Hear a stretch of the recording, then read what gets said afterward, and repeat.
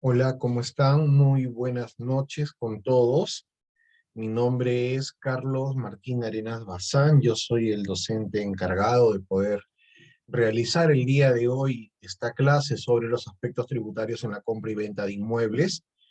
Vamos a esperar unos 3 a 4 minutos más para que vayan llegando un poco más de nuestros compañeros con los que vamos a compartir el día de hoy y damos inicio a la clase.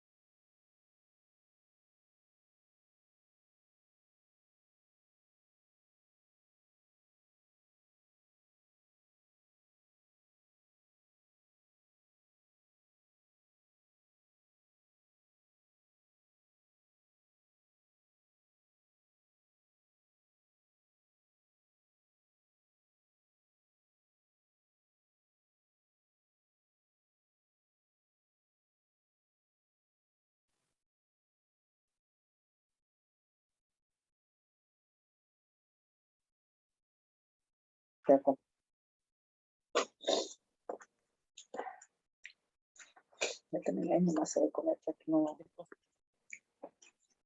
Contabilidad. Por ahí se les encendió, creo, el audio. A ver si tenemos un poquito de cuidado, por favor.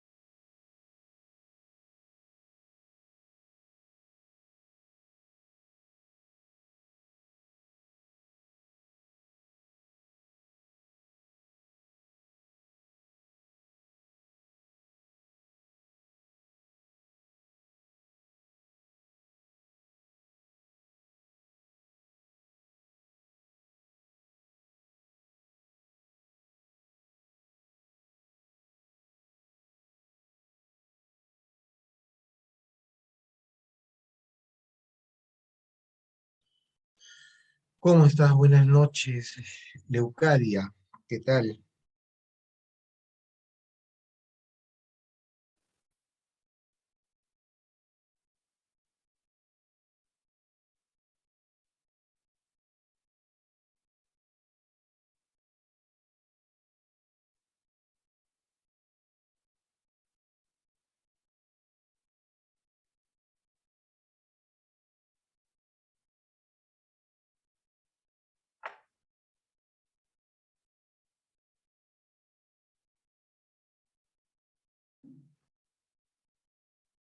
Muy bien, creo que podemos dar inicio en todo caso a nuestra clase. Ya se irán incorporando posteriormente nuestros demás compañeros.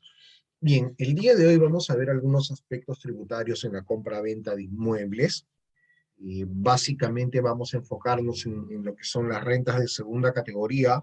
eh, Vamos a hablar un poco de tributación municipal y seguramente con el tiempo, si tenemos tiempo, vamos a abordar también las formas de transferencia cuando ya no son realizadas exclusivamente con rentas de persona natural, sino básicamente cuando ya tienen actividades empresariales, ¿no? Que pueden ser personas jurídicas o personas naturales también.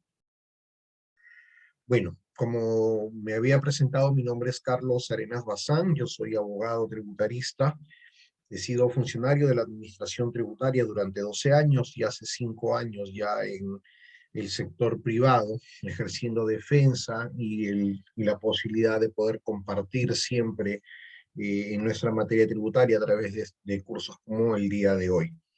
Entonces, bueno, así sencillo. Normalmente no me gusta poner reglas, no lo voy a hacer tampoco. La única regla es que ustedes pueden preguntar en el momento que sea, pueden intervenir en el momento que sea, y siempre pidiendo el respeto debido para todos nuestros compañeros, ¿no? Después, es una cátedra bastante libre, ¿no? Lo que vamos a tratar es de compartir, de hacerlo bastante llevadero. Mientras más participación hayan de los asistentes, va a ser muchísimo mejor. Entonces, empezamos, ¿no? Cuando nosotros hablamos de los aspectos importantes o de los aspectos tributarios dentro de la transferencia de inmueble, básicamente nos estamos refiriendo a lo que es la tributación inmobiliaria, ¿no? Entonces, lo primero en lo que nosotros tenemos que evaluar desde el punto de vista de los tributos internos es lo que es el impuesto a la renta, ¿no? Ahora, el impuesto a la renta es un impuesto que grava ganancias, ¿no? Y al gravar las ganancias, pues se preocupa o nos preocupamos nosotros de poder hacer este gravamen de acuerdo a lo que dice la norma. Entonces, la primera evaluación que vamos a hacer sobre el impuesto a la renta es que no toda generación de riquezas, que no toda aparente ganancia o ingreso al patrimonio es susceptible de pagar un impuesto. Muchas veces, y por error o por desconocimiento, el contribuyente termina pagando un impuesto cuando en realidad no le correspondía estos pagos, ¿no? Entonces, es importantísimo que nosotros podamos tomar en consideración estos aspectos para poder regularlos, para poder saber cuándo estoy al día o cuándo debo pagar un impuesto, que al día de hoy, hablando de las acciones que está realizando la administración tributaria, están íntimamente relacionados al tema del incremento patrimonial no justificado o al aumento o variación de patrimonio, o como algunos le suelen llamar desbalance patrimonial, ¿verdad? Entonces, estas situaciones, pues, las vamos a revisar y en ese sentido nos preguntamos qué cosa grava el impuesto a la renta. Para ver qué cosa grava el impuesto a la renta desde un punto de vista técnico-legal, vemos que el artículo 1 de la ley del impuesto a la renta nos dice que el impuesto a la renta grava las rentas generadas por el capital, por el trabajo y por la sinergia del capital y trabajo, que es básicamente las rentas de tercera categoría o también llamadas rentas empresariales, ¿no? Para ello se solicita o se entiende que son de una fuente durable y que son susceptibles de generar ingresos de manera periódica. Eso llevado al tema estrictamente teórico, nos describe la teoría de la renta producto, ¿no? Y por otro lado, las rentas del capital son aquellas provenientes de la enajenación de inmuebles distintos a la casa habitación, efectuado por personas naturales, sucesiones indivisas o sociedades conyugales que optaron por tributar como tal. Y eso es la teoría del flujo riqueza. Ahora bien, es importante, ¿no? Es importantísimo mencionar que los impuestos no tienen un gravamen porque una teoría la diga. Las teorías, por el contrario, explican, ¿no? Las teorías explican la situación por el cual se encuentra obligado a pagar un determinado impuesto.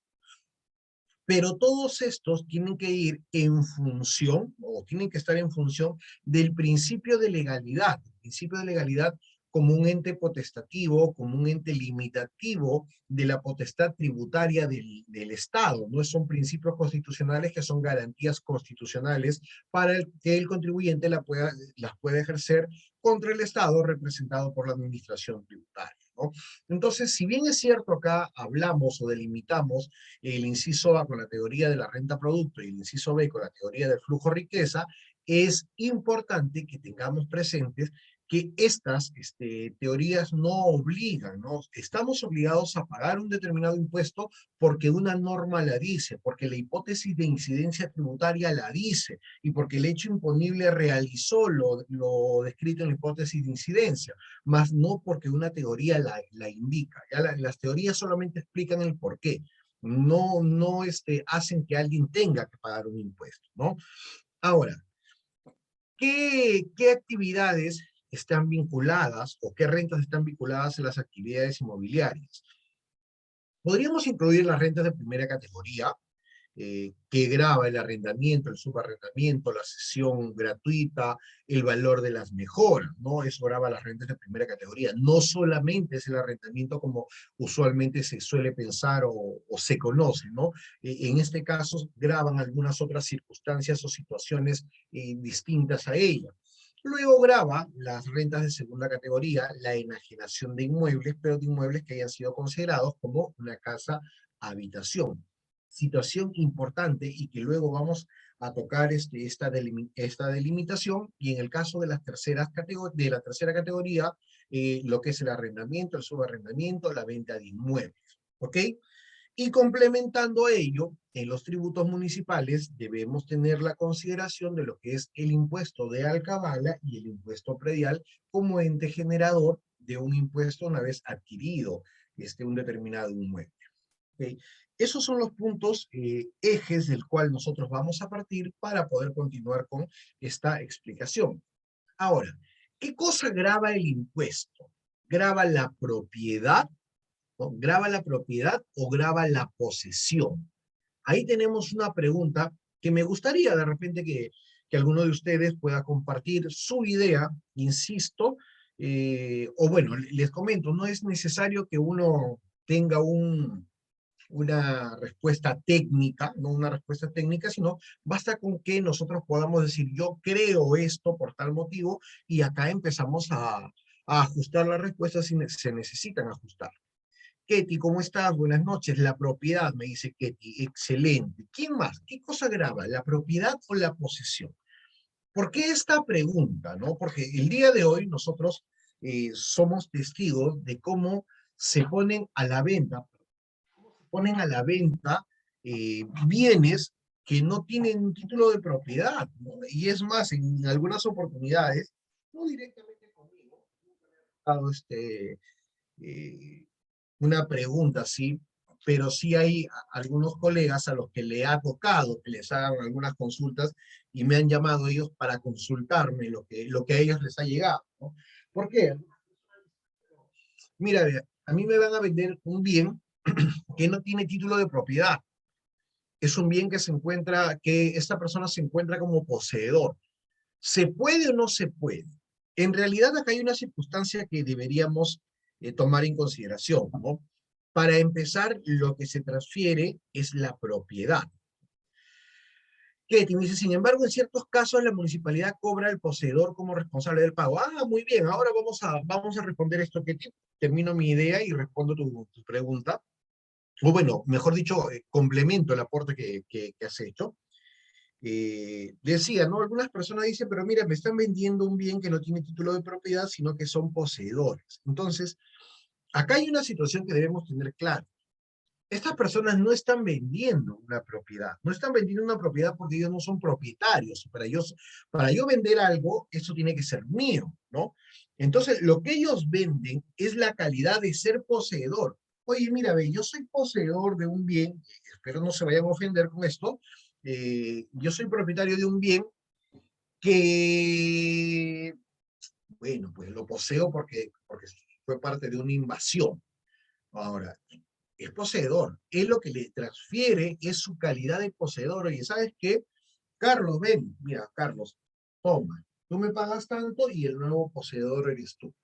Entonces, lo que se vende básicamente es una posesión, una figura posesionaria, ¿no? Más no la transferencia de una propiedad. Entonces, ahí también tendríamos que hacernos la pregunta, ¿grava eso con algún tipo de impuesto? En este momento, no, en este momento nuestra legislación no la regula. Entonces, por el principio de legalidad, si eso no está regulado, entonces no se puede decir que está obligado a pagar un determinado impuesto. ¿Okay? Si eso no está regulado, no paga un determinado impuesto. Ahora, lo que nos decía Ketty, decía, algunas municipalidades cobran al poseedor. Muy bien. Claro, la municipalidad le cobra al poseedor, sin embargo hay algunas condiciones, ¿no? Que no exista un propietario conocido. Si no existe un propietario conocido, entonces la municipalidad le puede cobrar al poseedor. Pero si hay un propietario conocido, está taxativamente prohibido en la ley de tributación municipal y el Tribunal Fiscal también, en sus diversos criterios, ha manifestado que habiendo un propietario conocido, no se le puede cobrar a otra persona salvo que este sea algún tipo de responsable, ¿no? Un responsable solidario. Pero después, si hubiera un propietario conocido, las municipalidades no podrían asumir el cobro a este poseedor. ¿Sí? Excelente aporte, Ketty. Entonces, en función de eso, yo también tenía que decir algo al respecto, que es lo que acabamos de hacer en este caso. Muy bien. Entonces, nos vamos a analizar las rentas de segunda categoría. Antes de eso, solamente para recordar, la mayoría de ustedes lo saben, los criterios de imputación en el impuesto a la renta, básicamente en los que nos interesan, primera es devengado, segunda percibido, pero bueno, hay que tocar igual, tercera devengado, cuarta y quinta percibido. Ok, eso es una situación casi complementaria a lo que estamos analizando en estos momentos. Muy bien, y empezamos con la tributación inmobiliaria, con las rentas de segunda categoría. Fíjense, con este tema del impuesto a la renta de segunda categoría está existiendo algo bastante interesante porque, vamos a ver, el impuesto grava, claro, grava la propiedad. Bueno, Leucadia, si tú me dices en resumen, el impuesto grava la propiedad, de repente tendríamos que hacer un ajuste a tu premisa. ¿Por qué? El impuesto, si hablamos de impuesto a la renta de segunda categoría, grava la transferencia de propiedad, ¿no? De inmuebles distintos a casa habitación. Si hablamos desde el punto de vista de tributos municipales, mientras tú seas propietario, vas a tener que pagar el impuesto predial, ¿no? Y cuando quieres, vas a pagar el impuesto de alcabala, ¿no? Más o menos resumiendo la idea. Bien, entonces, en la renta de segunda categoría, a ver, ¿no? La transferencia, correcto. Entonces, en la renta de segunda categoría, básicamente en la transferencia de inmueble, me dicen que se grava la transferencia o enajenación de inmuebles que no sean casa habitación, ¿ok? Que no sean casa habitación. Entonces, ¿qué puedo sacar yo de esa premisa? Si dice que está grabado como impuesto a la renta de segunda categoría, la ganancia del capital proveniente de la enajenación es una transferencia, de inmuebles que no sean casa habitación. Entonces, la primera conclusión que saco es que de acuerdo a la norma, si yo transfiero una casa habitación, entonces no debo pagar impuestos. ¿Ya? Es lo primero que debo yo resumir. Si yo transfiero un inmueble que sea casa habitación, entonces no pago impuesto. Bien, hasta ahí, excelente. Ahora viene la pregunta es, ¿qué se considera casa habitación? ¿A qué consideramos nosotros la casa habitación? ¿No? Y ahí sí me gustaría que me vayan diciendo ustedes qué piensan sobre el tema de la casa habitación. ¿Qué consideran ustedes a la casa habitación? ¿No? Insisto, no es necesario, es más, sería buenísimo que no lo busquen por internet, sino que ustedes me digan qué cosa piensan de la casa habitación. ¿Qué cosa es para ustedes la casa habitación? Esa sería la pregunta directa, ¿no? ¿Qué cosa es para ustedes la casa habitación? Bien, amigos, los oigo. ¿Qué cosa es para ustedes la casa habitación? Cuando se habite por lo menos 2 años seguidos, me dice Leucadia, ¿no? Muy bien, muchísimas gracias. Vamos, vamos chicos, anímense a participar. ¿A qué le consideran ustedes casa habitación? Es importante que ustedes se animen a participar porque seguramente ahora vamos a ajustar algunos conceptos y créanme que nosotros cuando nos equivocamos recordamos más. Cuando nosotros nos equivocamos recordamos más. Entonces, sería excelente que den su opinión, a lo mejor no se equivocan, a lo mejor están en lo correcto, pero eso nos va a permitir a nosotros poder hacer una clase digamos, más interesante, ¿no? En donde todos podamos tener una participación bastante amplia. ¿Por qué es importante? Repito, ¿por qué es importante saber qué es casa habitación? Porque la norma me dice que se grava con impuesto a la renta de segunda categoría la transferencia de inmuebles que no se consideren como casa habitación. Entonces es obvio que yo debo saber qué cosa es una casa habitación. Jacqueline me dice, ¿es tu casa tu única vivienda? Bien.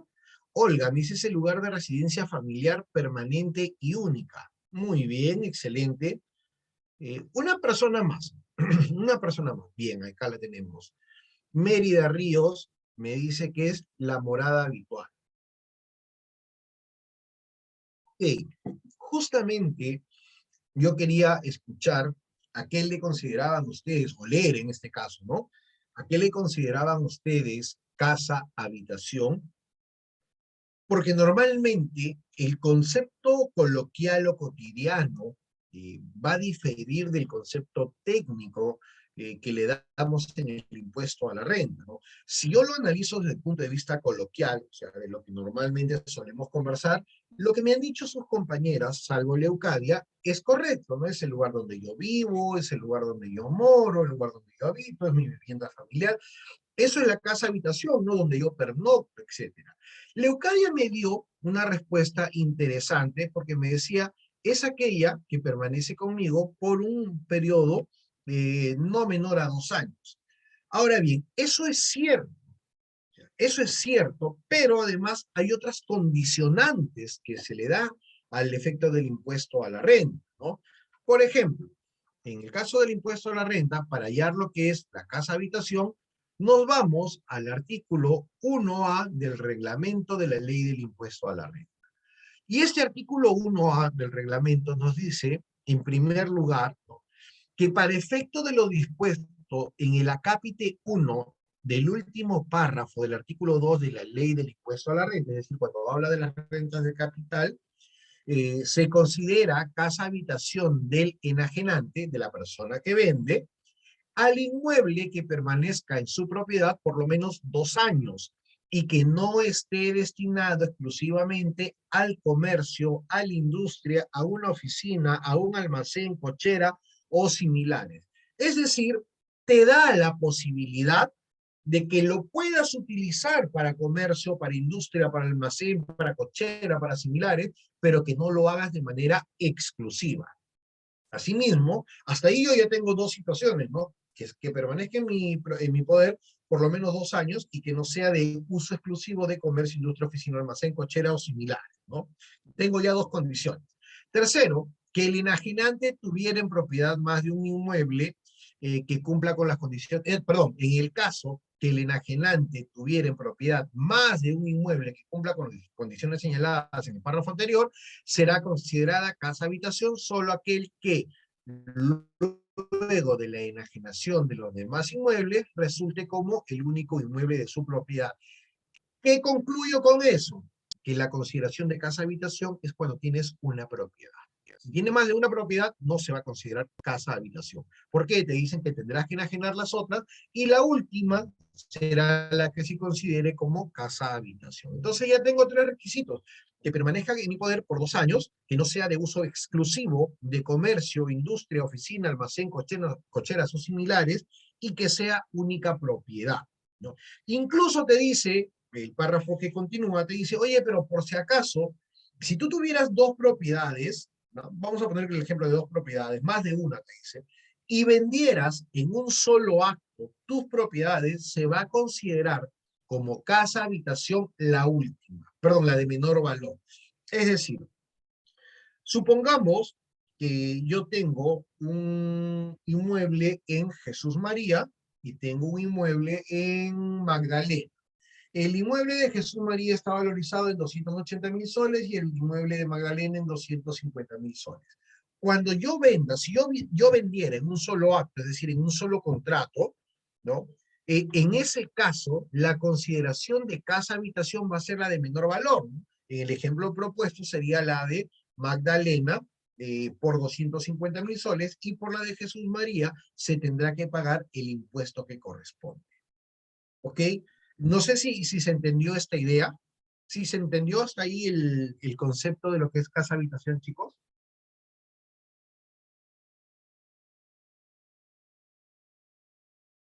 ¿Ha quedado claro o hay alguna duda de repente que tengan por ahí sobre el concepto de lo que es, o la definición de lo que es casa-habitación? Recuerden la importancia de saber qué cosa es casa-habitación, es para poder saber si paga o no paga un determinado impuesto de acuerdo a lo que me dice la norma, ¿no?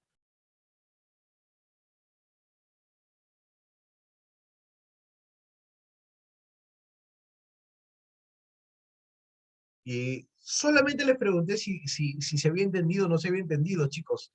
Entonces, habiendo 23 personas en la sala, que me digan si entendí o no entendí, sería estupendo. Muy bien, Olga, muchísimas gracias. ¿Los demás cómo fue? ¿Se entendió? ¿Sí?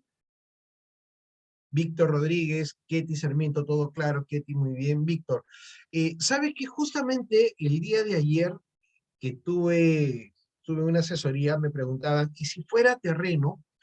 Fíjate, como la norma no lo especifica de manera directa, lo que el Tribunal Fiscal ha dicho al respecto es, oye, si tú vendes un terreno, por lo menos tiene que existir la posibilidad de que este terreno sea habitable. Es decir, si tú vendes un terreno a priori y ese terreno, viendo el tiempo que tú lo has tenido, si no lo has hecho construcción, no se va a poder considerar casa habitación.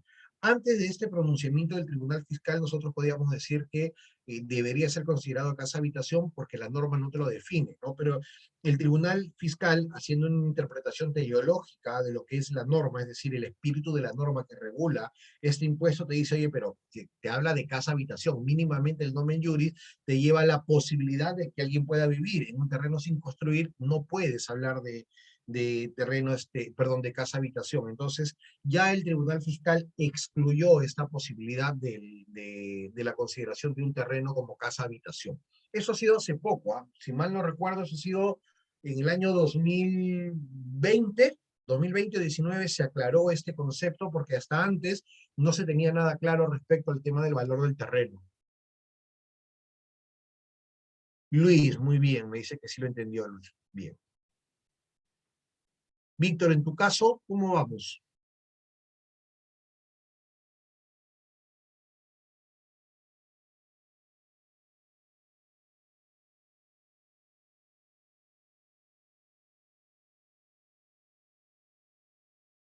Muy bien. Entonces, vamos a continuar con el tema de lo que es casa habitación todavía. ¿Por qué? Porque existen en la casuística algunas otras circunstancias, fíjense. ¿Qué sucede con la propiedad que pertenece a la sociedad conyugal? Ustedes saben que la sociedad conyugal es un ente patrimonial distinto. Por ejemplo, lo que yo tengo como persona natural y lo que se tiene como persona jurídica, perdón, como lo que yo tengo como persona natural y que se tiene como sociedad conyugal es distinto. Mi patrimonio como bien propio es distinto a mi patrimonio de la sociedad conyugal. Sin embargo, para estos casos, lo que te dice la norma es, en el caso de sociedades conyugales que optaron por tributar como tal, es decir, como sociedad conyugal, se deberá considerar los inmuebles de propiedad de la sociedad conyugal y la de los cónyuges. En consecuencia, se reputará como casa habitación de la sociedad conyugal al inmueble de su propiedad en la parte que corresponda al cónyuge que no sea propietario de otro inmueble. Traducción sobre este caso. Vamos a ponernos en un ejemplo, ¿ok? Carlos y Andrea son miembros de una sociedad conyugal, ¿no? Ambos compraron su departamento, pero además de eso, Andrea tenía un departamento como bien propio. Si luego de comprado ese inmueble, decidieran, no sé, 3 años después, decidieran vender el departamento que le corresponde a la casa habitación, la norma lo que me dice es lo siguiente. Oye, en la sociedad conyugal, como pertenecen a ambos y se tiene que considerar la manera personal o la característica personal de cada uno de los miembros, entonces se va a tomar como que cada uno es propietario de su 50%, ¿no? Se va a verificar, Carlos, ¿tiene propiedades aparte? No. Este bien es de más de 3 años, perfecto. Carlos está en toda la posibilidad, ¿no? Carlos está en toda la posibilidad de poder considerar esto como casa habitación. En el caso de Andrea, ¿no? Como tiene un bien propio, no tendría un único bien, ¿no? Ya no tendría un único bien. Tendría, el bien está enajenando y tendría el bien que forma parte de su patrimonio personal. Por tanto, en el caso de ella tendrá que tributar, ¿no? Tendrá que tributar con rentas de segunda categoría por ese 50% que le correspondía por ser miembro de la sociedad conyugal. Y Carlos no tributará porque en el caso de él sí se va a considerar la definición de casa-habitación. ¿Hay alguien que se le ha activado el audio? Por favor, amigos, si por ahí me pudieran ayudar, me pudieran apoyar apagando su audio. Cuando ustedes quieran intervenir con audio, sin ningún problema, yo encantado, ¿no? Pero cuando tienen el audio prendido y se escucha otras voces por atrás, entonces ahí sí como que los interrumpen un poquito, ¿no? Por eso que le pido ese favor. Bien, ¿qué les pareció esta primera explicación sobre el tema de la sociedad conyugal? Es una situación jurídica bastante interesante, ¿no? Es una situación jurídica muy interesante, ¿por qué? Porque ya te están diciendo de qué manera resolver una casuística sui generis, porque ya te están hablando de conceptos propios del derecho civil sobre la conformación de lo que es una sociedad conyugal y el patrimonio que le corresponde a la sociedad conyugal, y toma además otros dispositivos legales propios del Código Civil respecto a cómo accede cada uno de los miembros de la sociedad conyugal con los bienes propios, ¿no? Entonces, para eso también hay que saber cuándo es un bien propio. Normalmente, en el acceso a la sociedad conyugal, todo aquello que yo he comprado antes de el matrimonio es un bien propio. E incluso cuando compro después del matrimonio, pero compro con una herencia que se me está transfiriendo, también formo parte de un bien propio, ¿no? Todo eso, estos son dispositivos propios del derecho civil que en este caso están siendo llevados, ¿no? Están siendo llevados a una definición de casa-habitación por la importancia de tener claro este concepto de la casa-habitación en la determinación del impuesto a la renta por transferencia de inmuebles, ¿no? Bien, chicos, ¿quedó claro este dispositivo 1 del artículo 1A? ¿Se ha logrado entender la idea del comportamiento de la sociedad conyugal en la transferencia de inmuebles?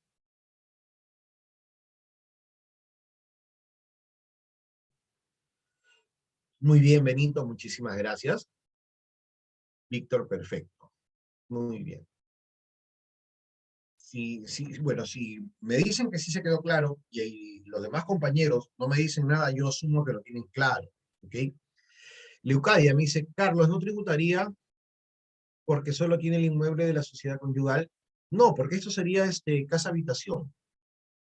Justamente lo que estamos resolviendo es la categoría de casa-habitación.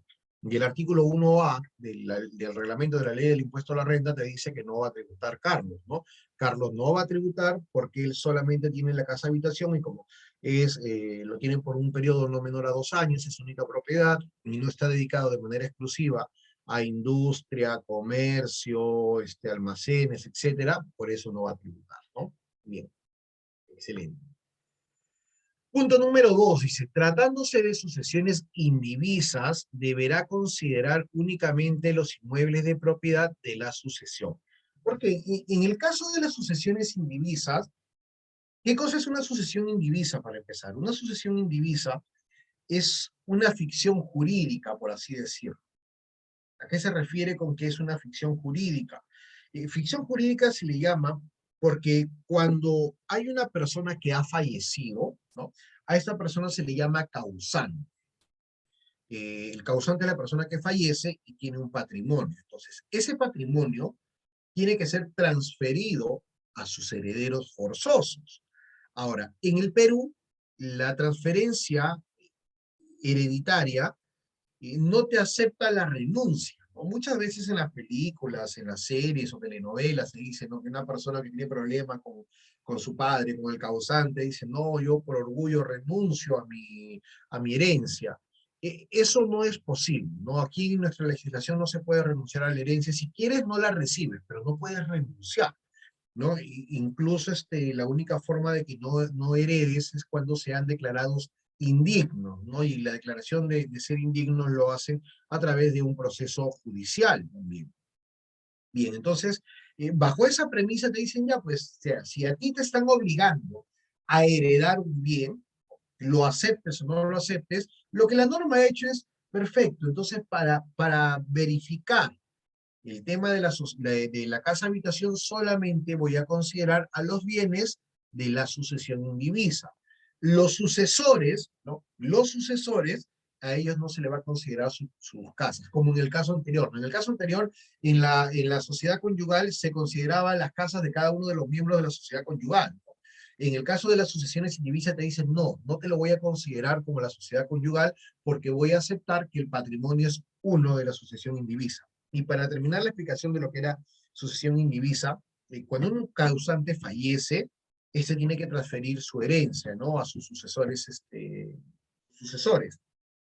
Ahora, en el Código Civil existen dos formas de poder adquirir esta herencia, ¿no? A través de un testamento, que es la sucesión testamentaria o testada, y a través de una declaratoria de herederos cuando haya una sucesión intestada, es decir, no dejó testamento. Mientras se produce la apertura del testamento o mientras se hace la declaratoria de herederos, eh, tiene que existir un tránsito, ¿no?, entre el causante y el patrimonio. Entonces, a eso, a esa ficción jurídica se le llama sucesión indivisa, ¿no? Y esa sucesión indivisa, que está regulada también en la materia civil, es adoptada por la materia tributaria en este caso, para poder hacer las consideraciones respectivas. Y en el punto número 3 me dice que tratándose de inmuebles sujetos a copropiedad, se deberá considerar en forma independiente si cada copropietario es propietario a su vez de otro inmueble. En tal sentido, se reputará como casa habitación solo en la parte que corresponda a los copropietarios que no sean propietarios de otro inmueble. Este punto número 3 es exactamente el mismo tratamiento que se hace respecto de las sociedades conyugales, ¿no? Es exactamente lo mismo, o sea, se le va a verificar a los copropietarios, ¿no?, si tienen otras propiedades. Ejemplo, en la sociedad conyugal, ¿no?, la sociedad conyugal tenemos el matrimonio hombre-mujer, ¿no? El día de hoy, bueno, hay muchas tendencias que solicitan el matrimonio entre personas de un mismo sexo o incluso entre personas, bueno, algunas personas de diferente sexo que deciden unirse pero sin matrimonio. Entonces, no sé, pues por ahí patrimonialmente deciden comprar un inmueble. O sea, oye, compremos, no estamos casados, ¿no? Porque nos prohíbe la ley o porque nosotros no queremos. Entonces, compran un inmueble. Como ellos no son parte de la sociedad conyugal, porque el Código Civil no lo regula, entonces ellos se van a considerar copropietarios, ¿ya? Copropietarios. Y cuando quieran vender, van a ejercer la misma forma que se ejerce para la sociedad conyugal. Es decir, verificarán si el propietario 1 o copropietario 1 tiene un inmueble o si el copropietario 2 tiene un inmueble. Y en base a eso podrán vender. Ojo, que el tema de la copropiedad no solamente es para aquellos que están juntos o que hacen la vida juntos, ¿no? A lo mejor somos un grupo de amigos, ¿no? Somos un grupo de 10 amigos y nos asociamos y compramos un inmueble. Cada uno es copropietario. Entonces, cuando se van a vender los inmuebles sujetos a copropiedad, también se va a hacer esa diferenciación, ¿no? Yo les había puesto el primer ejemplo, solamente para hacer una diferencia entre lo que es la sociedad conyugal y lo que podría tomarse como una sociedad de hecho. Pero también al margen de eso puede ser, no sé, pues, amigos, familiares que compraron una propiedad y a ellos se les llama copropietarios. Cuando van a vender, se hace lo mismo que en el asunto 1, es decir, se verifica copropietario por copropietario o propietario por propietario, como quieran asumir, la calidad que tengan ellos respecto a otra propiedad. Si uno tiene otra propiedad, si el otro no tiene otra propiedad, si el otro tiene una propiedad o no. Y si se encuentra que hay copropietarios que tienen una propiedad, entonces se desecha la posibilidad de lo que es casa-habitación y se pasa al análisis de lo que es el impuesto que deben pagar por las ventas de, el inmueble, que en este caso ya no va a ser considerado como casa-habitación. Bien, ¿quedó claro esta parte? Entonces, eso es todo lo que deberíamos conocer respecto a lo que es casa-habitación. ¿Por qué es importante? Porque cuando estamos en el plano real, salvo que alguien, pues tú seas su asesor de cabecera y te diga, ¿sabes qué? ¿Cuánto tengo que pagar de impuestos? Sacarás la fórmula que vamos a revisar ahora. Pero normalmente vienen a preguntarte a ti, ¿tengo que pagar impuestos o no tengo que pagar impuestos y por qué? ¿Qué posibilidades de que yo no pague un impuesto? ¿No? Es lo que te suelen preguntar. ¿Cuáles son las posibilidades de que yo no pague un impuesto? Entonces yo tengo que estar en toda la posibilidad de responderle eso. De decir, tú no vas a pagar un impuesto por esto, por esto, por esto. En el caso de que no sea así, pues, yo, imagínense que me vayan a buscar a mí y me digan, señor, yo soy miembro de una asociación indivisa, lo que yo voy a vender, ¿pago o no pago impuestos? Si yo le digo, sí, paga impuestos, entonces me diría, y de acuerdo a lo que me dice el numeral 2 del artículo 1A del reglamento de la ley del impuesto a la renta, ¿qué me tiene que decir? Entonces, es por eso lo importante o la importancia de definir lo que es casa-habitación. A partir de ello, es como un núcleo que se mueve en la transferencia de inmuebles. Entonces, repregunto si quedó claro el tema de casa-habitación.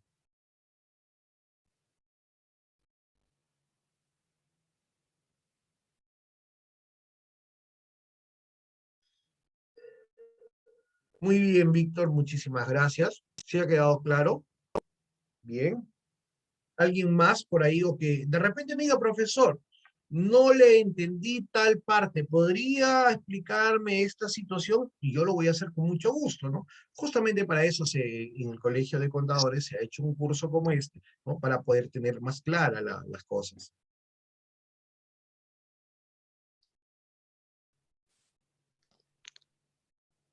¿Y qué ha pasado el día de hoy con mis asistentes del Colegio de Contadores que normalmente preguntan bastante?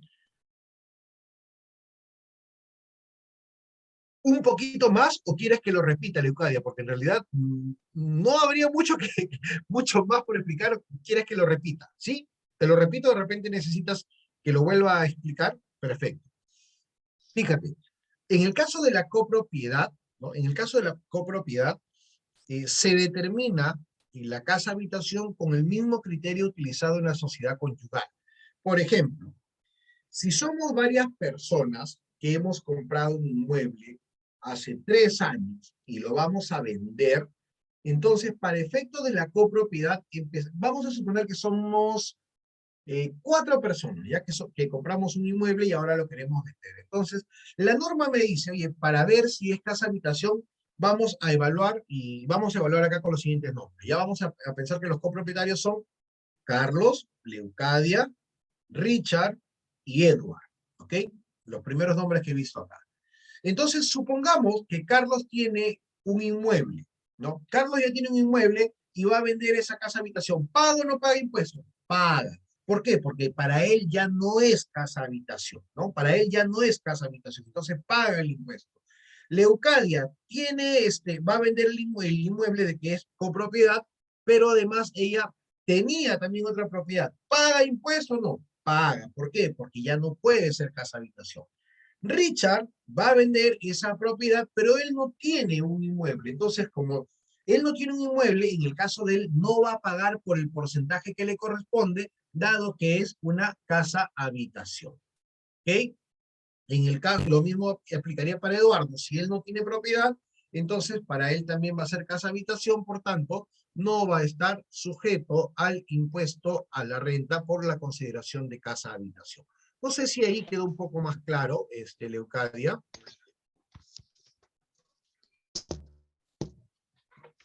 El caso de la sociedad conyugal, Olga, es exactamente lo mismo que he explicado.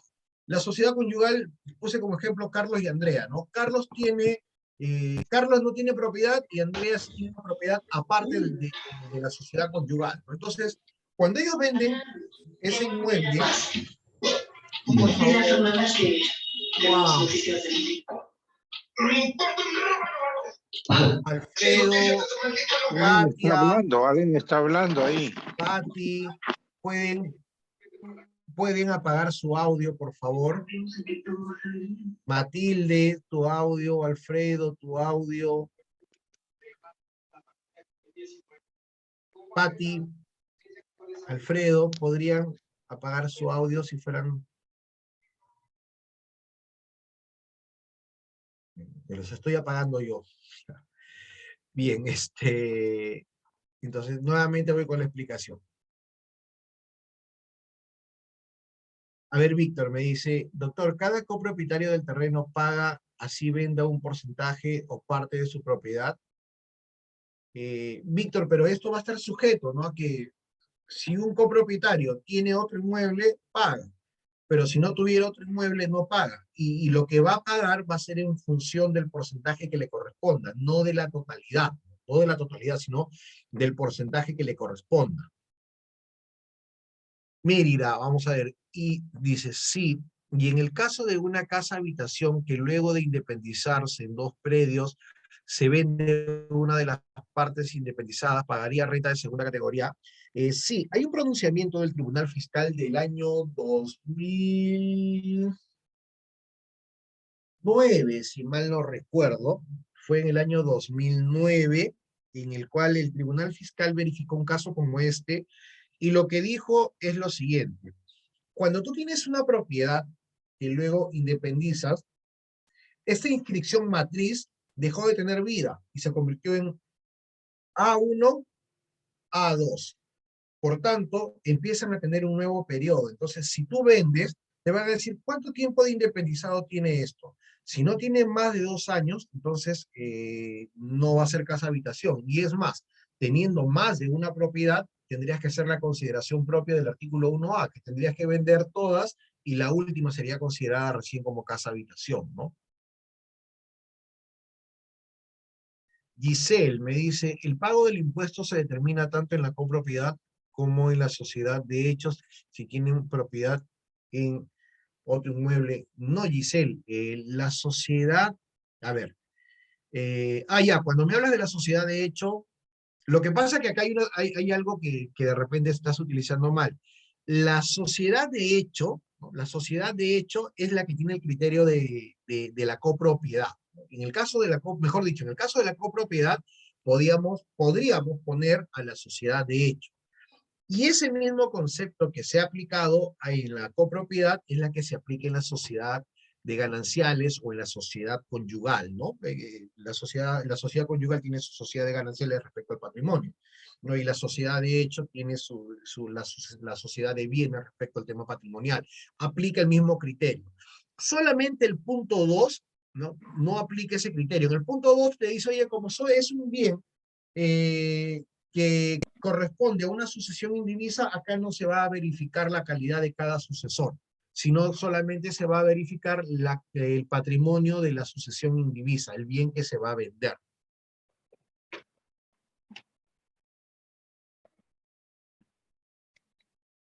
Para servirte, Olga. Víctor, y me dice, doctor, si un copropietario vende a 3 personas un porcentaje a cada uno, ¿ya sería habitual? Sí, porque ya se está dedicando a la actividad inmobiliaria, ¿no? Entonces ya pasaría a ser rentas de tercera categoría. Sucede que mucho se va a verificar el número de ventas que se realicen. No te habla de un porcentaje, sino básicamente del número de ventas. Por eso que hay personas que han tenido que pagar rentas de tercera categoría porque han cogido su propiedad y lo han dividido en 20 y han vendido el 5% a cada uno para poder lotizar. Entonces, cuando ustedes tengan un caso como ese, no es aconsejable que lo vendan así. Lo más aconsejable es que estas personas, o las personas que van a comprar, hagan una especie de asociación y la persona que vende se lo venda a uno solo, en un solo tramo, para que continúen rentas de segunda categoría, ¿no? Y luego ellos ya independizarán, adjudicarán, etcétera. Pero si lo hace la persona que vende le hace 5% a cada una de estas, entonces obviamente va a pagar impuesto a la renta y va a pagar impuesto general a las ventas y la obligación de declaración mensual, de la declaración anual, llevado de libros, entonces se va a complicar mucho. Y en este caso sería más que todo un tema de economía de opción, ¿no? En donde hay actos totalmente permitidos, acá no hay nada oculto, simplemente es la elección de cómo vas a vender un inmueble. Giselle, ok. Ah, Giselle, tú me hiciste la pregunta sobre el pago del impuesto en la copropiedad, ¿no? Ah, perfecto, sí se entendió entonces, Giselle. Qué bueno, me alegro mucho. Bien. Importante e interesante el tema de la definición de casa-habitación, ¿no?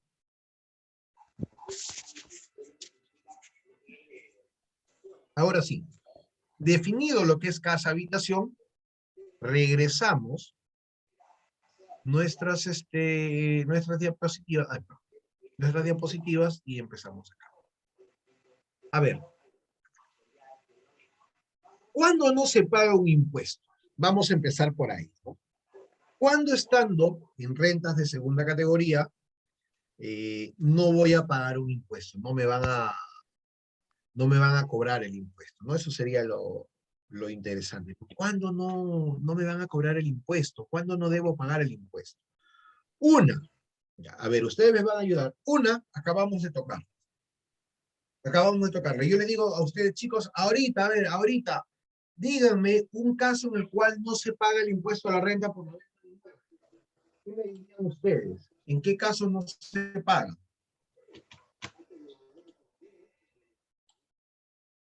Ok, cuando son adquiridos antes del 1 de enero del año 2004. Excelente, Leocadia. ¿Qué más? Algo que acabamos de ver. Digamos que son tres condiciones. Una ya nos dijo Leocadia, la otra la han visto conmigo. ¿Cuál sería esa condición?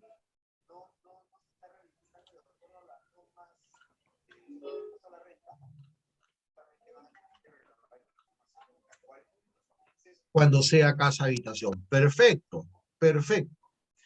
Y como estamos hablando de impuesto a la renta, que es la generación de ganancias, ¿cuándo más no debo pagar un impuesto? Eso tiene que ver, ese tercer punto tiene que ver con la estructura del impuesto a la renta. ¿Cuándo más no estoy obligado a pagar un impuesto?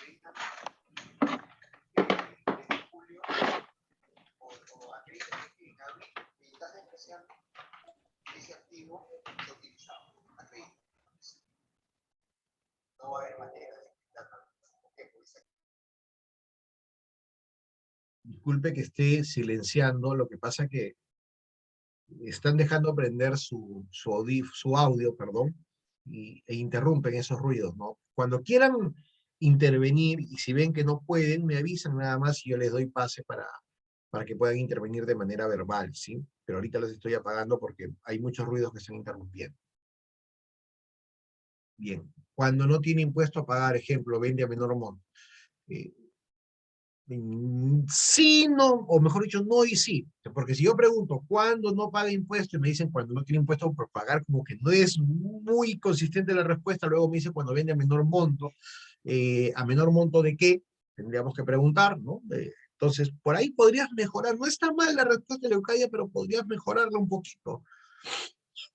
Luis Rodríguez me dice, ¿cuándo el precio de venta es igual al costo computable? Excelente, Luis. Excelente. Ese concepto es aplicable a la idea de Leucadia. Es más, estoy casi seguro que la idea de Leucadia tiene que ver mucho con tu respuesta, ¿no? Sino que utilizó una primera premisa que no la ayudó mucho, pero yo particularmente siento que ella se estaba refiriendo a esto, ¿no?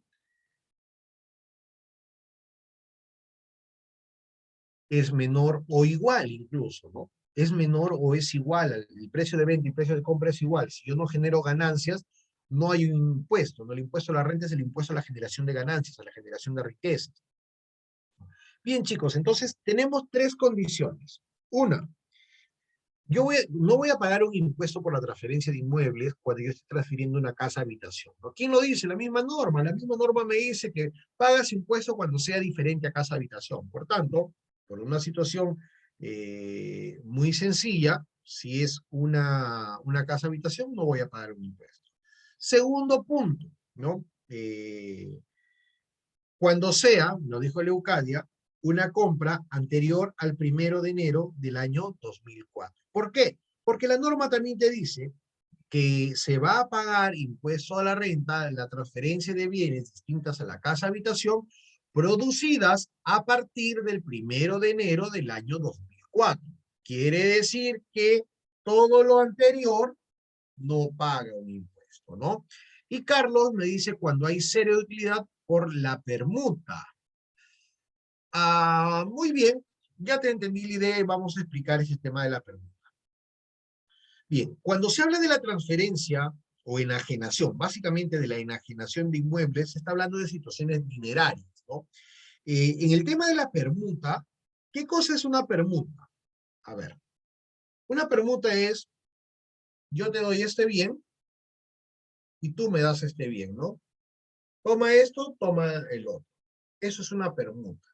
Ahora, tributaria y económicamente, la permuta tiene un precio, ¿no? Cada bien tiene un precio. Entonces, supongamos que esto vale, que esto es un bien, ¿no? Una casa que tiene un precio de 200.000 soles, y esta es otra casa que tiene un precio de 200.000 soles, y lo que hacemos es esta transferencia, me podría llevar a una ganancia de capital cero. Ahora, vamos a analizar.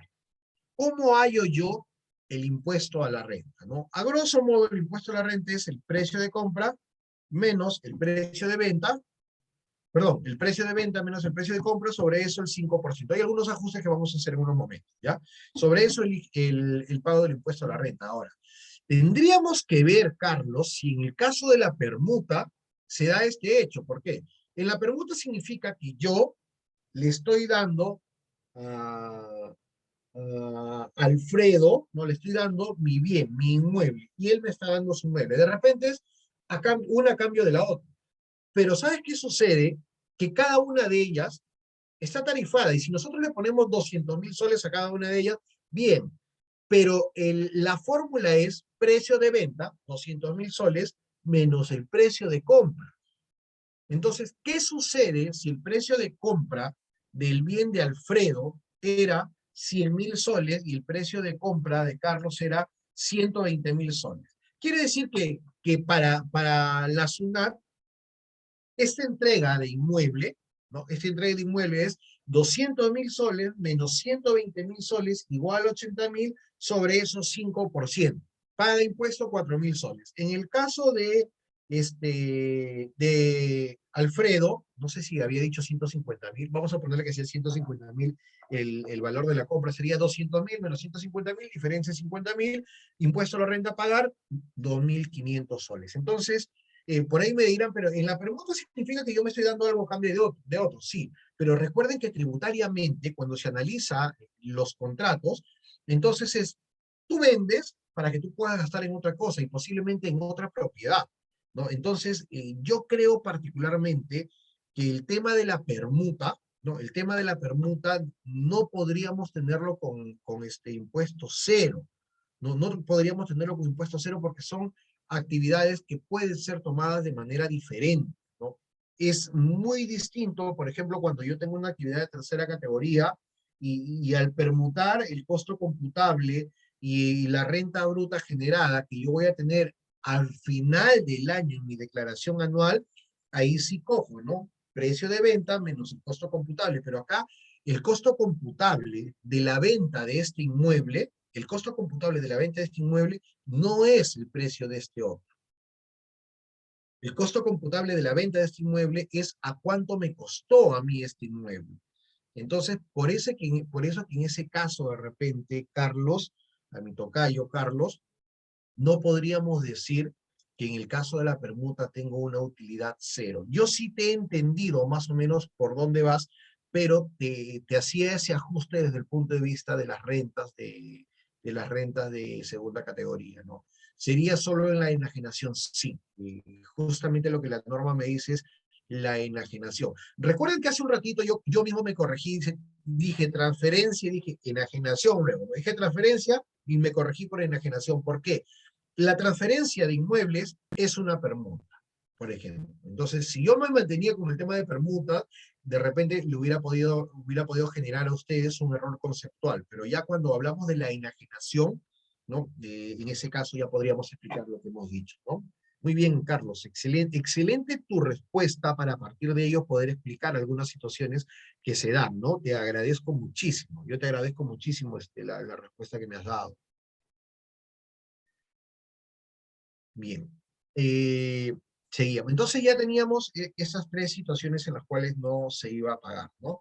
Y en el otro, cuando sea el costo computable y el precio de venta sean iguales, es básicamente porque el impuesto a la renta grava las ganancias. Ajá, a ver. Costo computable. ¿Qué cosa es costo computable? ¿No? ¿Qué cosa es el costo computable? El costo computable para las rentas de segunda categoría no es otra cosa más que el valor por el cual se adquirió un bien. Es decir, si yo adquirí mi bien en vamos a ponerle en 200.000 soles y lo vendo en 300.000 soles, para poder tener el margen de ganancia sujeto al gravamen del impuesto a la renta, lo que hago es la renta bruta, que es el precio de la venta, menos el costo computable, que es el precio de la compra, 300.000 menos 200.000, 100 mi ganancia. ¿El impuesto de dónde se grava? ¿Del total de la venta o de la ganancia? De la ganancia, ¿no? Entonces coges el 5% de los 100.000 soles, 5.000 soles a pagar como impuesto a la renta de segunda categoría. Ahora, hay una situación muy importante, ¿ya? Este costo computable se actualiza con un índice de corrección monetaria que lo otorga el MEF. Todos los meses el MEF saca un índice de corrección monetaria. ¿Ok? Y normalmente el índice de corrección monetaria puede ser 1.01. Entonces, si te dicen que el índice de corrección monetaria es 1.01, lo que tú harías es 300.000 menos la multiplicación del costo computable, que sería el valor de la venta, por el índice de corrección monetaria, y que terminaría quedando como 200.000.002, algo así, no sé si mi matemática no me estaba fallando, creo que sería, sí, 200.000.2, ¿no? Algo así. Y sobre esa diferencia aplica el impuesto a la renta. Por eso la mayoría de oportunidades, cuando tengo que hacer un trabajo casuístico con mis alumnos, básicamente en talleres o en las clases de pregrado, siempre trato de el índice de corrección monetaria ponerle como ejemplo 1 para que no le malogre la operación así completa, ¿no? Entonces, eso sería el costo computable. Hay una situación importantísima que se dio con el paquete tributario más grande que ha habido en materia tributaria. Por lo menos de lo que yo recuerdo, el paquete tributario del año 2012 debe haber sido el paquete tributario más grande y más importante que ha habido en materia tributaria. Obviamente, ninguno de estos cambios normativos llega al nivel de una reforma tributaria que es necesaria en un país como el Perú, pero el 2012 fue el paquete más grande. O sea, reguló sobre todo y de manera muy consistente. Y uno de los cambios que hubo, que se dio a través del decreto legislativo 1112 y 1121, varió un concepto del costo computable. ¿Y cuál es el concepto del costo computable que varía? ¿No? ¿Cuál es el concepto del costo computable que va a variar? Varía lo siguiente. ¿No? Varía lo siguiente. Antes de la entrada en vigencia de estos decretos legislativos, cuando tú vendías una propiedad que había sido adquirida a título gratuito, no sé, por una donación, por un regalo, por una herencia, tomando como ejemplos, el costo computable era el valor del autovalúo, ¿no? Es decir, utilizaban un dispositivo de los tributos municipales para aplicarlo en los tributos internos, en este caso en el valor del autovalúo. Entonces, supongamos que el autovalúo sea de 80.000, decían, bueno, estás vendiendo la propiedad en 300.000 menos 80.000 de autovalúo, la diferencia, 220 al 5%, 11.000 soles a pagar de impuesto a la renta, ¿no? Eso es lo que se tenía antes. Pero luego el legislador dice, oye, pero ¿por qué le vamos a reconocer como costo computable el valor del autovalúo si en este caso Jorge, que está vendiendo, Jorge ha adquirido título gratuito, a Jorge no le ha costado nada. Entonces, si no le ha costado nada, ¿por qué le tengo que reconocer ese costo computable a valor del autovalúo, ¿no? Valor nominal del bien? Y lo que hace es decirte, oye, ¿sabes qué? A partir de la entrada en vigencia de este decreto legislativo, es decir, a partir del 1 de agosto del año 2019, del año 2012, el costo computable va a ser igual a cero. Y yéndonos a la estructura o a los principios de la materia tributaria que te dicen que los impuestos anuales surten efectos a partir de los cambios, surten efectos a partir del 1 de enero del año siguiente, recordemos que de por sí el impuesto a la renta es un impuesto de periodicidad anual, pero en el caso de las ventas de inmuebles, su periodicidad es mensual, ¿no? Por eso que entra en vigencia a partir del 1 de agosto del 2012. Y ahí te dice, oye, a partir de ahora, si tú adquieres de manera gratuita y vendes, tu costo computable va a ser cero. Pero acá hay dos situaciones que se dan. Primera, la más sencilla. Te dice, ojo, pero si a ti te regalaron, vamos a suponer que la heredaste, ¿ya? Tú heredaste, pero le hiciste mejoras a la propiedad y me puedes demostrar las mejoras mínimamente con los comprobantes de pago, entonces tu costo computable será el valor de las mejoras. Entonces, te da esa posibilidad. ¿Por qué? Porque te dice, mira, yo te he quitado el costo computable, el valor autovalúo, porque simplemente para mí es, ¿por qué te voy a reconocer en algo que tú no has gastado? Pero si tú has gastado en algo y ese gasto, esas mejoras son fehacientes y me la demuestras, te considero eso como costo computable y me pagas el impuesto sobre eso. A mí me parece interesantísimo, a mí me parece buenísimo esa forma de cambio conceptual. Bueno. ¿A qué equivocación ha llevado? E incluso lo he visto en algunos colegas, el año 2012, cuando sale el año 2012, en el año 2013, yo estaba en el área de SUNAT, pero no me acuerdo si estaba en control de la deuda o estaba en servicios al contribuyente, en una de estas áreas, en servicios al contribuyente. Porque, ¿cuál fue el problema? Que hay muchos que interpretaban lo siguiente, ¿ya? Es decir, bueno, ya entró en vigencia este decreto legislativo. Si yo adquirí, no sé, pues yo adquirí en abril del 2012, adquirí mi propiedad y ahora en el 2013 la quiero vender, adquirí a título gratuito, bueno, ya la SUNAT y la norma ha cambiado y me dicen que debo pagar porque mi costo computable es cero. Y ahí era el error, porque la vigencia, ¿no? La vigencia era desde ese momento para adelante, ¿no? La vigencia era desde esos momentos para adelante. Aquí en el Perú, constitucionalmente, en la materia tributaria, se cumple la teoría de los hechos cumplidos. Es decir, todo aquel derecho que tú has tenido se va a seguir manteniendo, ¿no? Así entre en vigencia una nueva normativa. En el caso, vamos a suponer que Jorge adquirió título gratuito en abril del 2012 y Alfredo adquirió título gratuito en septiembre del 2012. Si los dos, el año 2013, deciden vender, entonces, en el caso de Jorge, él adquirió a título gratuito antes de la vigencia del decreto legislativo 1121. Por tanto, en el caso de Jorge, se le va a reconocer costo computable, valor del autovalor. En el caso de Alfredo, él adquirió durante la vigencia del decreto legislativo, por tanto, en el caso de él, su costo computable sería igual a cero.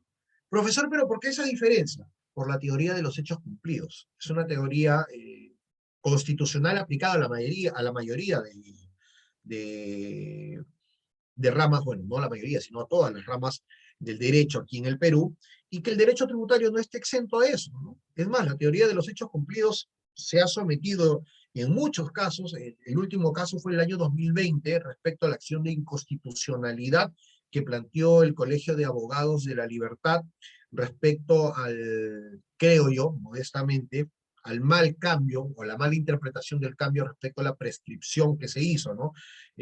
Por el cual esos 4 años, 6 o 10 años que te dice el artículo 43 del Código Tributario, se han extendido un poquito más, ¿no? Y termina dándote un año más porque ha habido un malentendido respecto a la norma. Y ahí una de las cosas que se planteaban era la teoría de los hechos cumplidos. Por eso es lo importante que en la materia tributaria nosotros podamos tener una concatenación correcta del aspecto jurídico aplicado a la materia tributaria, ¿no? Entonces, esas son las ideas más saltantes que se dieron respecto a la determinación del impuesto a la renta de segunda categoría, ¿no? Interesante, sí, muy interesante, muy rico en casuística, ¿no? Si demuestro mayor costo computable, ¿se pagaría menor impuesto a la renta? Claro que sí, claro que sí. O sea, si tú demuestras que se ha hecho unas mejoras de 80.000 soles, vas a pagar menos impuestos, porque serían los 300.000, en el ejemplo que les di, ¿no? Los 300.000 menos 80.000, 222.000. Al 5%, 11.000. Pero si no demuestras nada de ello, sería 300.000. Al 5%, 15.000 soles a pagar. Hay una diferencia de 4.000 soles, por tanto, si tú demuestras costo computable, entonces tu impuesto a la renta a pagar va a ser menor. Ojo, en el caso que no existe el costo computable valor de la propiedad, ¿no? En el caso que no exista costo computable valor de la propiedad. Bien. ¿Cómo lo demostraría? En este caso, la norma te dice que la demostración mínima es con comprobantes de pago. O sea, si tú dices, yo construí y le pagué tanto a los albañiles, mínimamente tienes que tener o un recibo por honorario o una factura, ¿no? Si tú dices, yo compré material, mínimamente tus facturas o tus boletas, en el caso de que sea un emisor del régimen simplificado. Si tú dices, no, mira, para construir eso yo contraté maquinaria pesada, bueno, mínimamente la factura por el cual tú recibiste el servicio de esa maquinaria pesada, ¿no? Todo va a ser mínimamente con los comprobantes de pagos. Esa es la única manera de poder comprobar que se ha hecho una inversión que pueda disminuir el tema o que pueda demostrar el costo computable aceptado por la administración tributaria.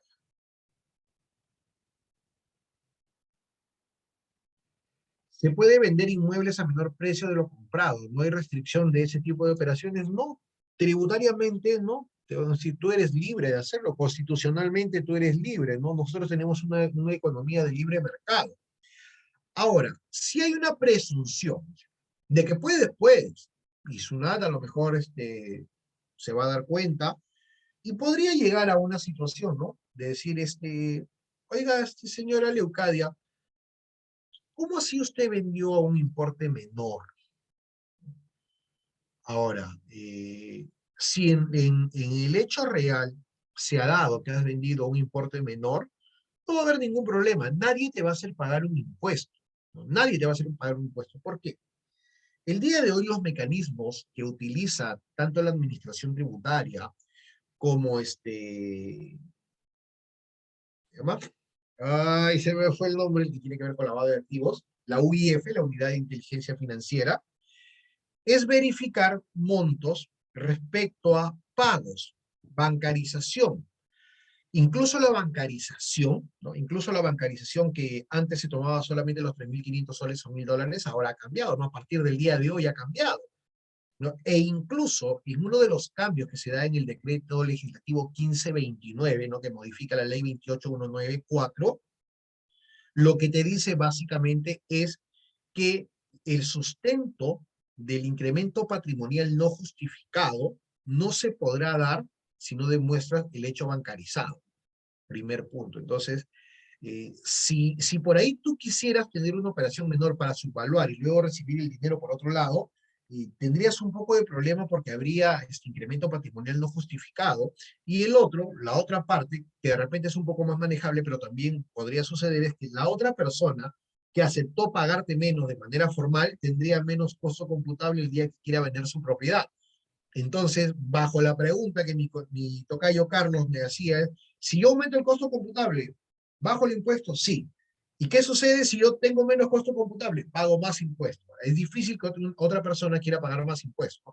Pero ese es en el caso de que quieras hacer de situaciones fraudulentas. Pero si en realidad yo deseo vender mi inmueble a menos precio, no sé, porque se deterioró, porque ya no está en las mismas condiciones o porque simplemente tengo una urgencia y necesito dinero, no hay ninguna restricción, no hay ninguna norma que te diga que no lo puedes hacer. Estás totalmente facultado para realizarlo.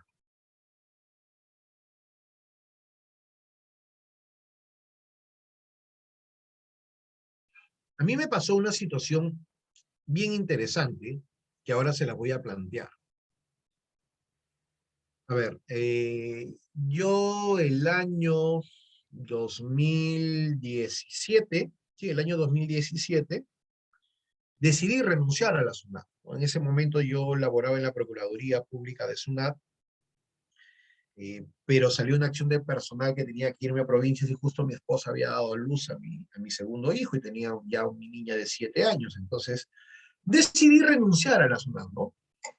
Una vez que renuncié, como mi esposa estaba de descanso postnatal, quise ir a mi ciudad de origen a visitar a mis familiares, a mis padres, básicamente. Entonces, cuando renuncié y me fui, a los 2 días me fui a mi querido Chimbote, ¿no?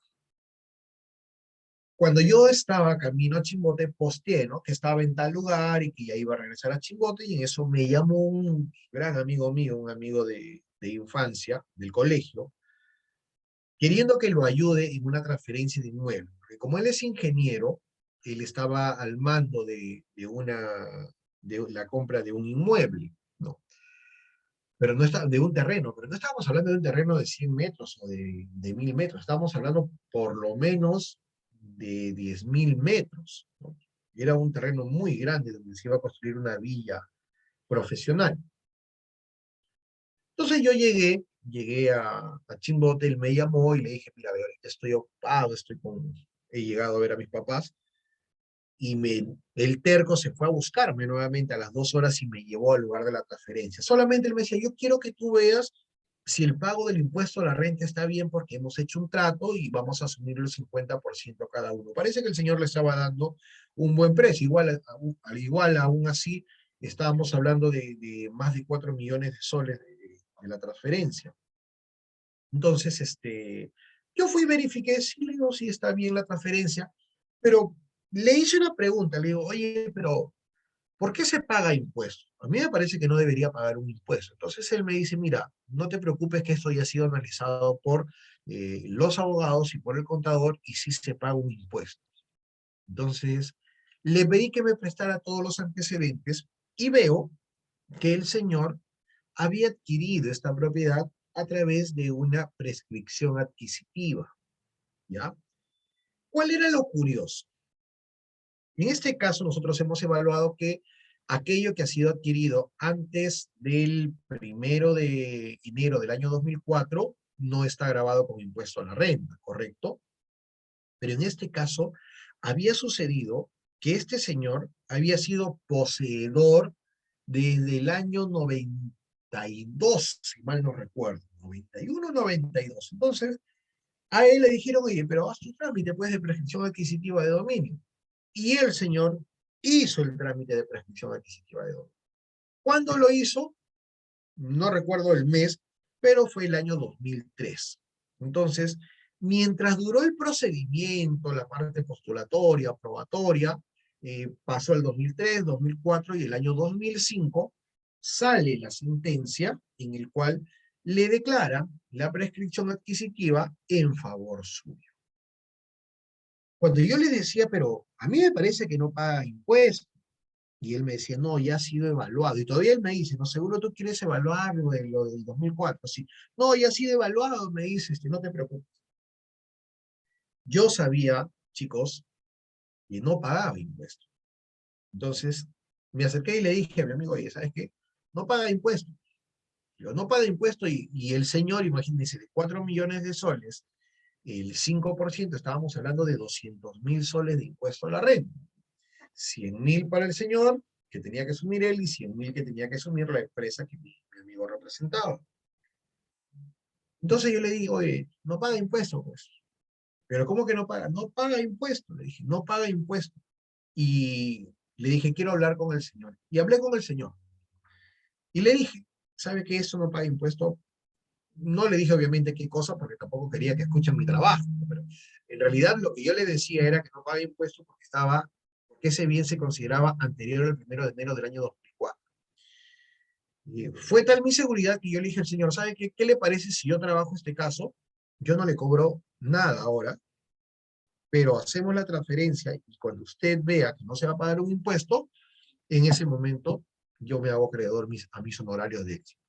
Dijo, no me va a cobrar nada hasta ese momento, no. Bueno, si no me cobra nada, yo no pierdo nada, es más, puedo ganar, sí.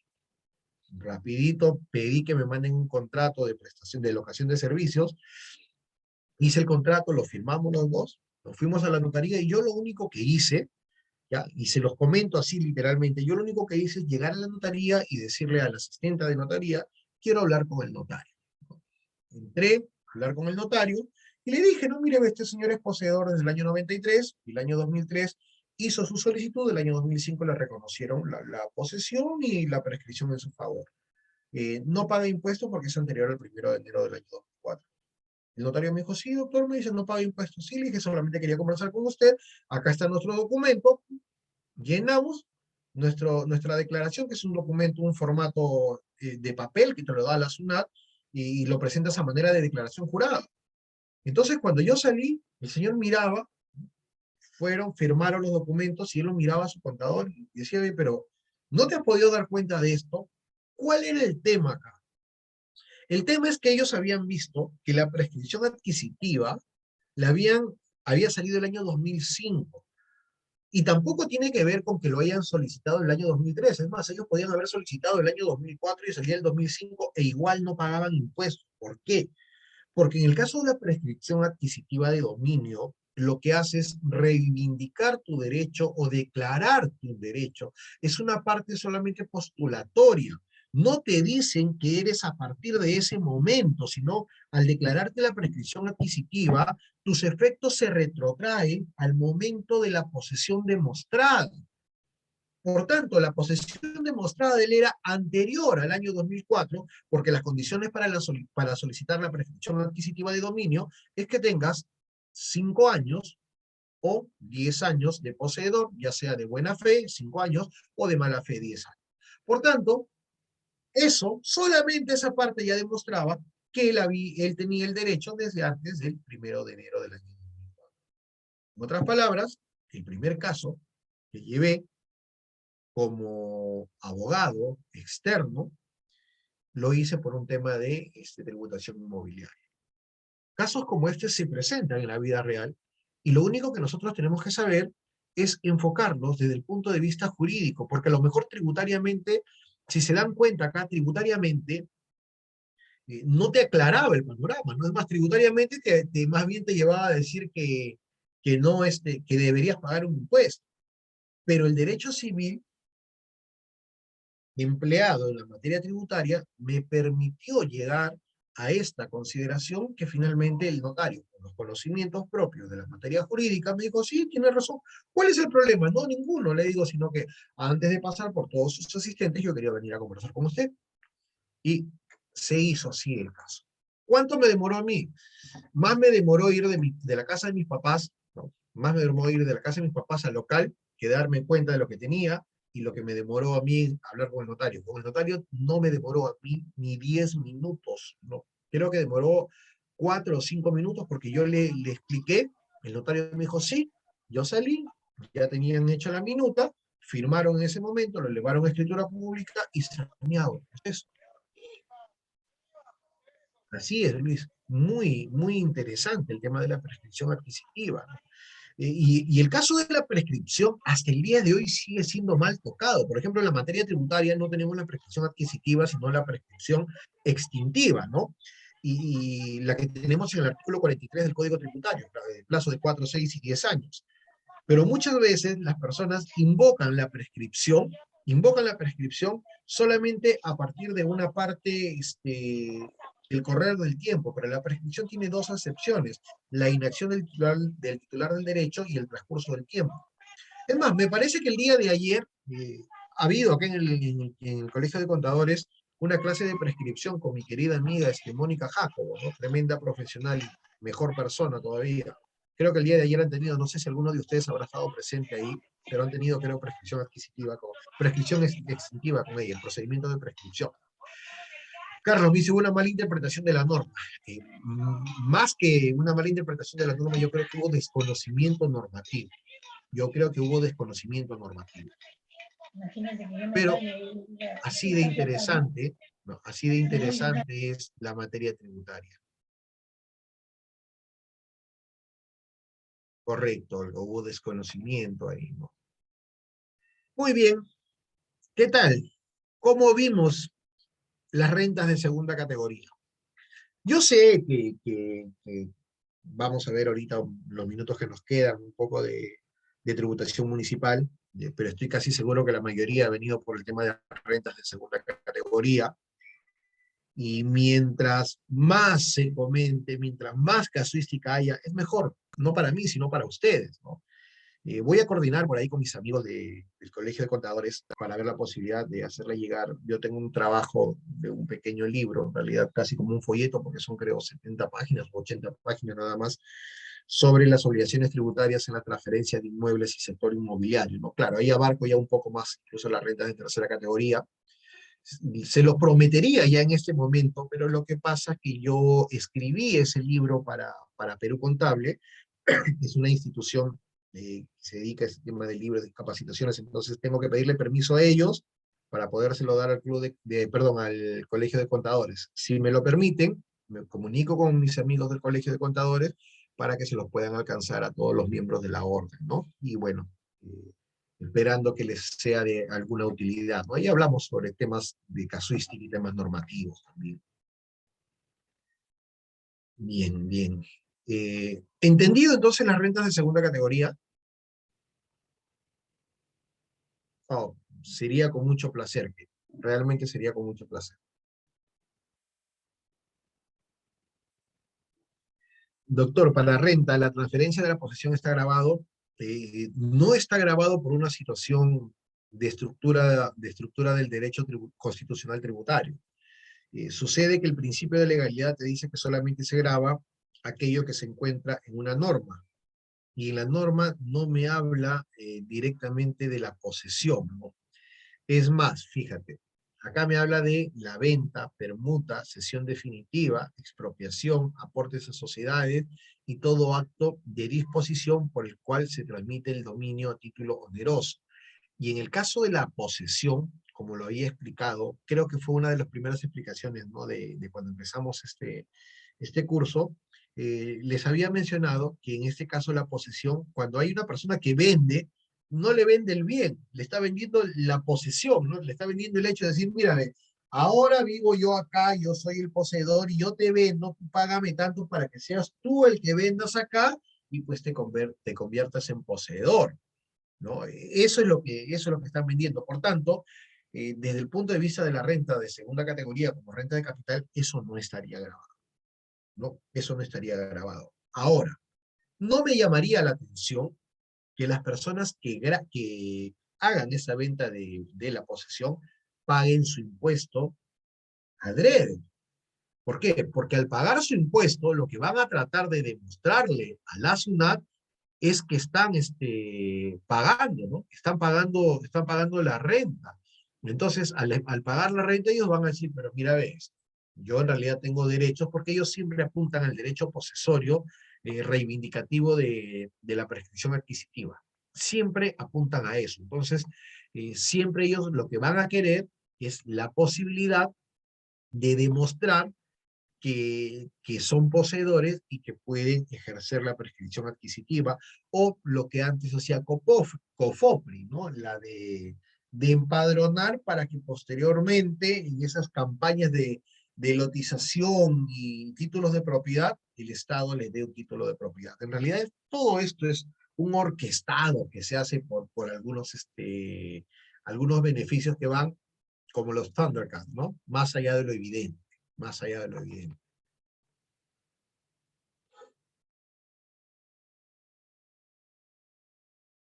Yo no creo que les dé una ventaja, pero sí los arropa para que puedan estafar, para serles sincero. Disculpen lo crudo que puedo ser. Lo que pasa es que no le encuentro otra explicación para que alguien pague un impuesto sabiendo que no debería pagar.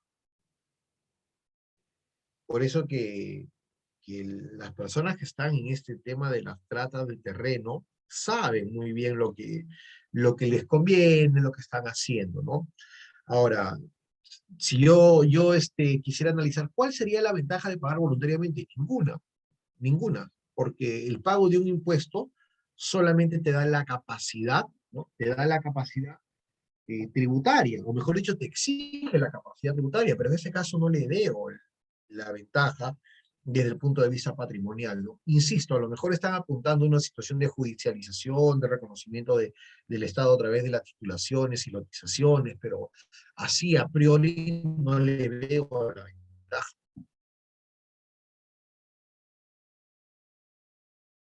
Bien, bueno, lo que teníamos planeado hacer acá luego era las rentas de segunda categoría. Perdón, ya teníamos que hablar sobre el impuesto predial. Vamos a ver sobre el tema de la habitualidad, antes que se me escape esto. La habitualidad. Puedes vender hasta 2 propiedades. Dentro del periodo de 12 meses, puedes vender hasta 2 propiedades. Si tú vendes una tercera, ya no solamente existe una presunción, sino ya existe un aseguramiento de que tú estás teniendo actividades inmobiliarias, ya no desde el punto de vista de la segunda categoría, sino que te estás dedicando a ello. Y el dedicarte a ello significaría que estás teniendo rentas de tercera categoría, estás sumando tu capital más tu trabajo, porque te dedicas a eso, ¿no? Capital más trabajo igual a renta empresarial, rentas de tercera categoría. Entonces, una vez que tú tienes la habitualidad, la norma te dice, por una ficción normativa, dice, oye, para controlar que tú no te vas a dedicar a eso nuevamente, durante 2 años permanece el tiempo de la habitualidad. Es decir, si tú sigues vendiendo propiedades, inmuebles durante 2 años posteriores, todas esas ventas van a ser consideradas como rentas de tercera categoría porque estarías dentro de la habitualidad. Y es más, tú vendes un bien y automáticamente se interrumpe este plazo y se vuelve a contar otro plazo de 2 años más y así sucesivamente, ¿no? Eso es lo que debemos tener siempre en consideración respecto al pago del impuesto a la renta y a la habitualidad. Ojo, acá me dice, ¿quién paga? Y bueno, para todos nosotros creo que es sencillo decir que va a pagar el enajenante, ¿no? El vendedor del inmueble.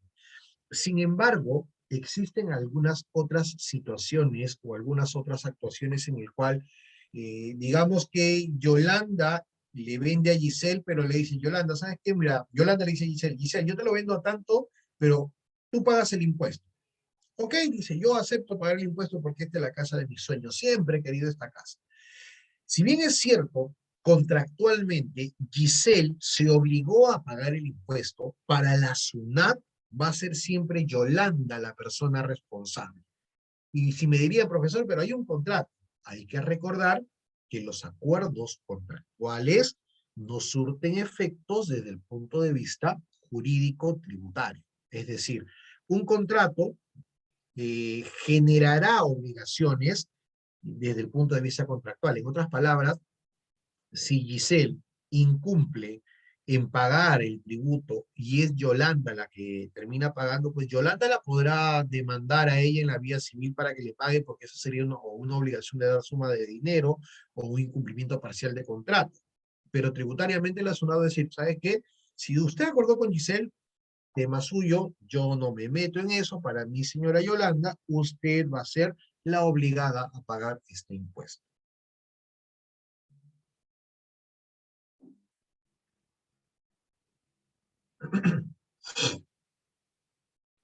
En realidad la norma te dice por 12 meses, pero se habla siempre del mes de enero a diciembre. Básicamente yo lo que les diría es que quiten el hecho de enero a diciembre. ¿Por qué? ¿Dónde viene la calificación de enero a diciembre?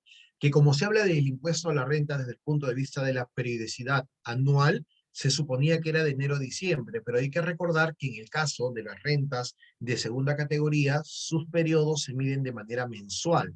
Por tanto, lo correcto sería considerar los 12 meses desde que se hizo la primera venta, ¿no?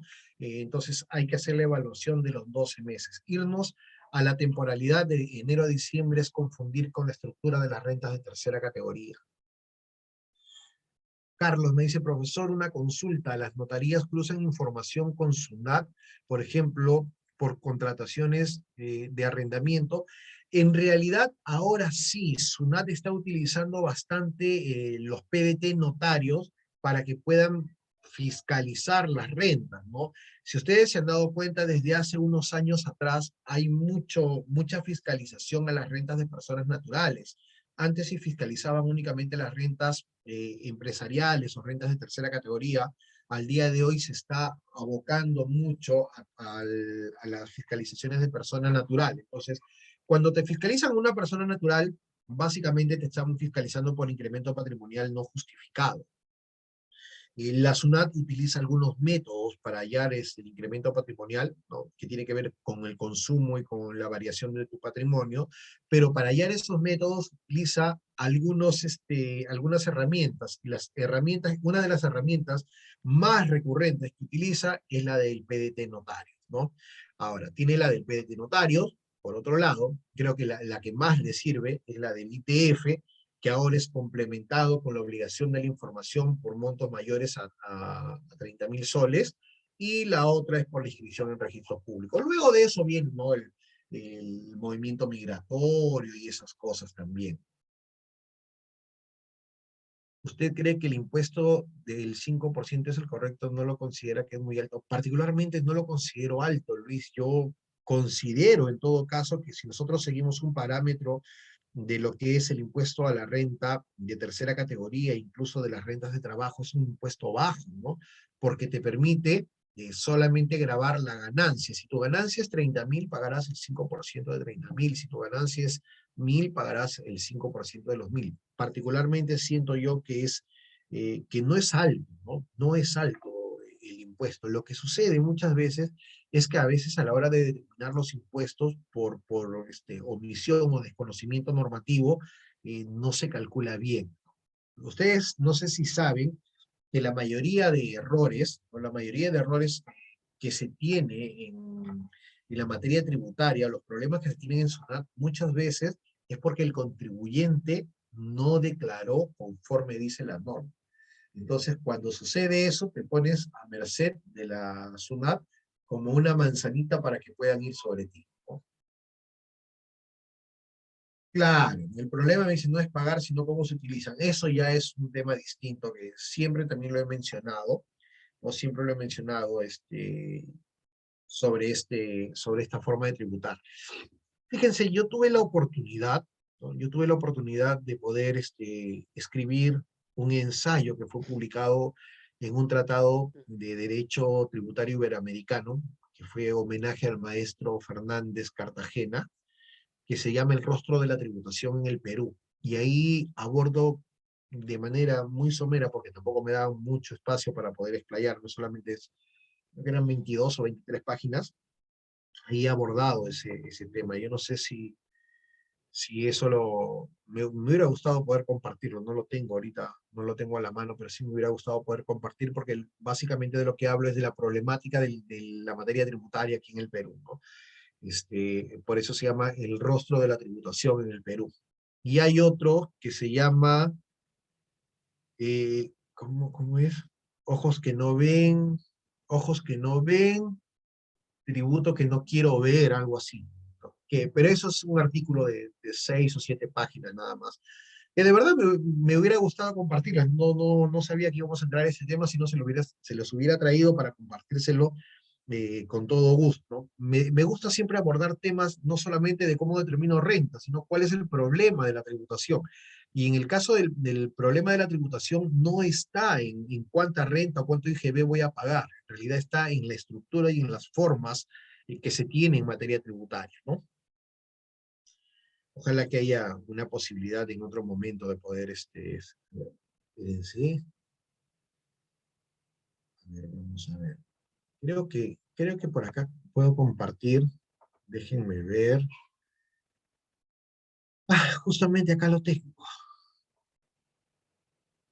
A ver, acá les estoy compartiendo justamente este ensayo que se llama El rostro de la tributación en el Perú. Para quien lo desee, chicos, encantado por mí que puedan darle lectura a ellos, ¿no? Encantado que puedan darle lectura a ellos, y si no están interesados, bueno, tampoco los puedo obligar porque en realidad es algo que les comparto sobre un material. Lo que sí, el material es bonito, modestia aparte, como le digo, fue publicado en un tratado de Derecho Tributario Internacional, así que ojalá por ahí les interese y puedan darle lectura. Bueno, amigos, de mi parte, muchísimas gracias. Muchísimas gracias por la atención prestada. Han sido un grupo muy bueno. En un primer momento me asusté porque nadie me respondía, ¿no? Luego empezamos con la casuística y hemos llevado, creo, la clase, por lo menos desde mi punto de vista, de una manera muy interesante. Espero yo haber estado a la altura de lo que ustedes han esperado y del conocimiento que ustedes han venido a adquirir. De verdad que estaría encantado de que eso haya sucedido, y como siempre agradecerle a mis amigos del Colegio de Contadores Públicos de Lima. Es bueno, ya no sé qué número, pero sí son varias oportunidades que he podido dictar, compartir aquí, así que Dios mediante será hasta una próxima oportunidad, chicos. Que tengan una bonita semana, que Dios los bendiga a ustedes, a cada uno de sus familiares, y ya nos estaremos encontrando seguramente a través de esta plataforma. Gracias a ustedes, en realidad. Muchas gracias a ustedes. Gracias, Luis. Muchas gracias. Ese tema de los certificados, sí, Claudita, yo no sé de eso. Yo soy un bendecido con la invitación del Colegio de Contadores. Yo no veo esos temas, sino encantado de poder ayudar. Gracias, Marce. Sí, ha pasado bastante rápido, ¿no? Ha pasado muy rápido el día de hoy.